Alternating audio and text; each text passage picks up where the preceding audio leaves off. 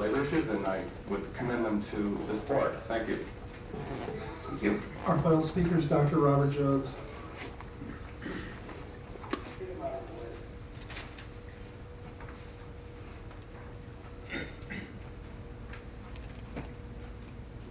Good morning, Supervisor.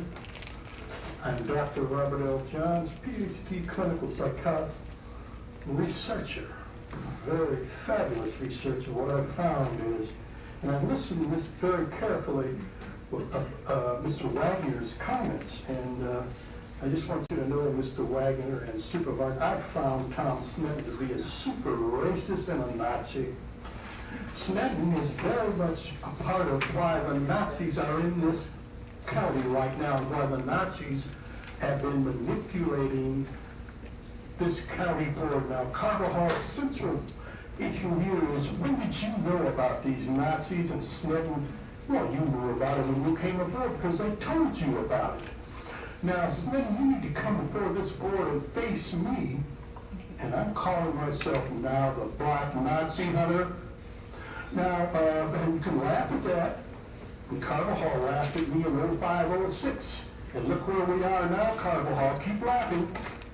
Now, these Nazis, the descendants of the Camp Cook Nazis, that's what they are. And they are the youth group, or they are the Senate, Veterans Association. Those are Nazis.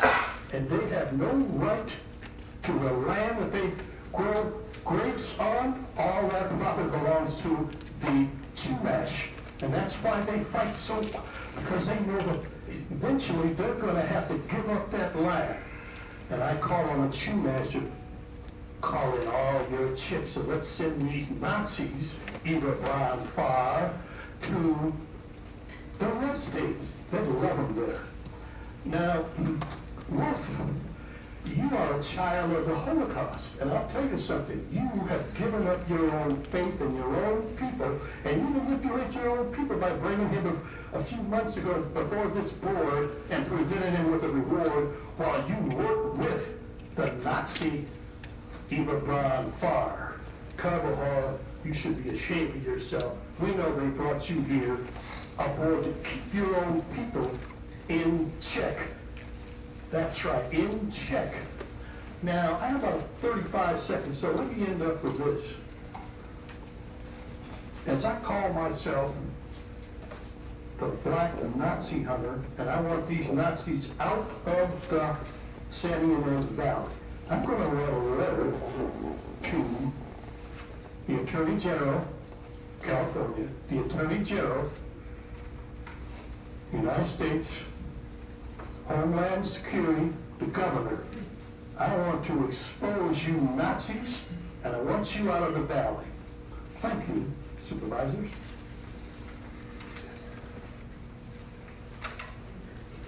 Supervisor Carvajal. Thank you, Mr. Chair. A number of my constituents that spoke about the dangerous dog ordinance are here today, and I was wondering if Dr. Wada and CEO Miyasato might perhaps touch on the process that I think we've embarked on to bring to this board some options for modifying that ordinance. And also if there's an update on the euthanasia issues surrounding the animals that were touched on. Duke and Daisy, I understand. It might be good for not just them, but other interested individuals that are watching to just understand what the county is doing in this regard. So. CEO Miyasato. Supervisors, I'd like to have County Council provide some information on the legal framework before Dr. Wada speaks about the process. Chair Levenino and supervisors, in the area of dangerous and vicious dogs, the county code in Chapter 7 addresses the county's process, which is consistent with state law, especially because state law in Food and Agriculture Code, Section 31683, authorizes the state to, quote, impose a more restrictive program, end quote, than the states to control potentially dangerous or vicious dogs. So when the board ultimately considers amendments to its current dangerous dog ordinance, it will have policy discretion as to keeping its current program or adding more options to that, and either of those choices would be consistent with state law. We received public comment this morning talking about Food and Agriculture Code section 31108 B, which is sometimes referred to as one of the Hayden Act amendments. And this is an area of the code that, as the public commenter addressed, applies to stray dogs impounded, that they shall be offered to a nonprofit before being euthanized. And we have looked at this issue previously, and we believe that section 31108B, when it uses the term stray dog, means stray dog, not dogs seized after biting or dogs abandoned by an owner. But again, the board will have some discretion in this area when it considers the amendments. As to the recent dangerous dog hearings involving the dogs Duke and Daisy, on August 20th, the county received the Superior Court's written judgment ordering that those dogs be humanely destroyed.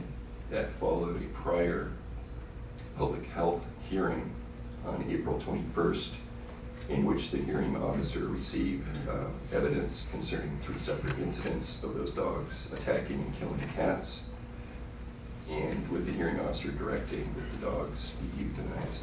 The Superior Court's involvement was actually as an appeal of that administrative hearing, and the judgment has now been served on the dogs' owners.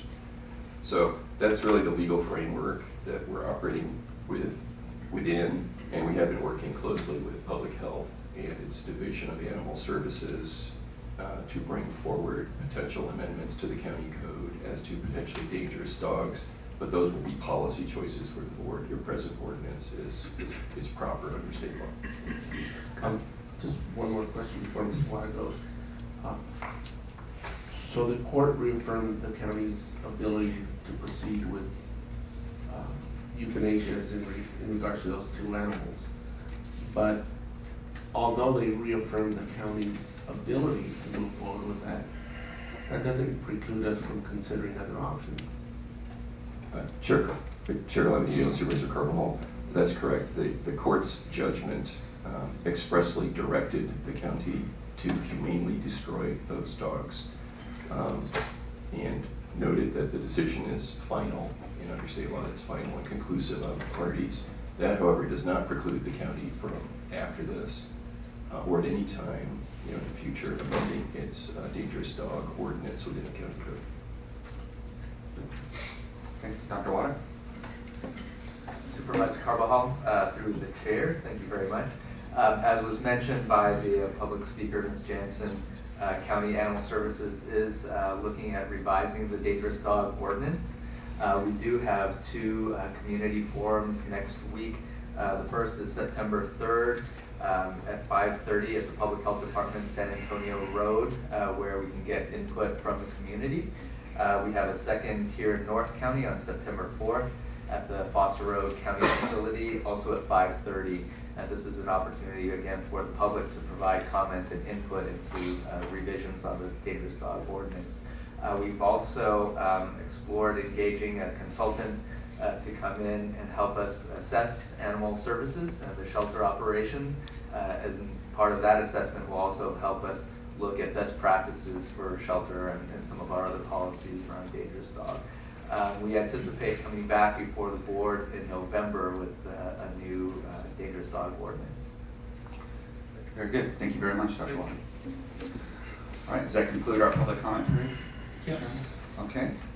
We'll move on to our administrative agenda. Let's take care of A1 first. Can I get a motion to approve A1? So moved. Moved and seconded. All those in favor?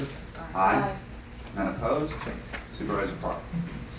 Thank you, Mr. Chair. Well, it's certainly my honor today to be able to present a resolution celebrating the 50th anniversary of the Black Gold Cooperative Library System. I'd like to call forward Maureen Theobald, who's the Executive Director of Black Gold, and also Mary Housel, who's the Director of the Santa Maria Library District, which includes the libraries of Guadalupe, Orcutt, Santa Maria, and Cuyama. Santa Barbara County has participated in the Black Gold system throughout the county. And because I have the privilege of being the board's appointee to the Library Advisory Committee, I get the great fun of hearing about what's happening with our libraries routinely throughout the year. And when I heard that this great anniversary was going to be coming up, I thought, well, this is a great opportunity for everybody to hear about the great work of Black Gold. I think if you've been in the public library and have a card, you know what a tremendous resource this is. It stretches across 3 counties and makes available all of the materials from all of these libraries to anybody that might want to access it. So I picked the color of my scarf today in honor of the occasion. And Mr. Allen, would you please read the resolution? Chairman Lavanina, members of the board, this is a resolution celebrating the 50th anniversary of the Black Gold Cooperative Library System. Whereas the Black Gold Cooperative Library System began in 1964 to enhance library services to 1 million people in an 8,000 square mile area by providing services to member libraries. And whereas the Black Gold Cooperative Library System includes public libraries in the counties of San Luis Obispo, Santa Barbara, and Ventura, including the Blanchard Community Library in Santa Paula, the Montauk Public Library, the Paso Robles Public Library, the San Luis Obispo,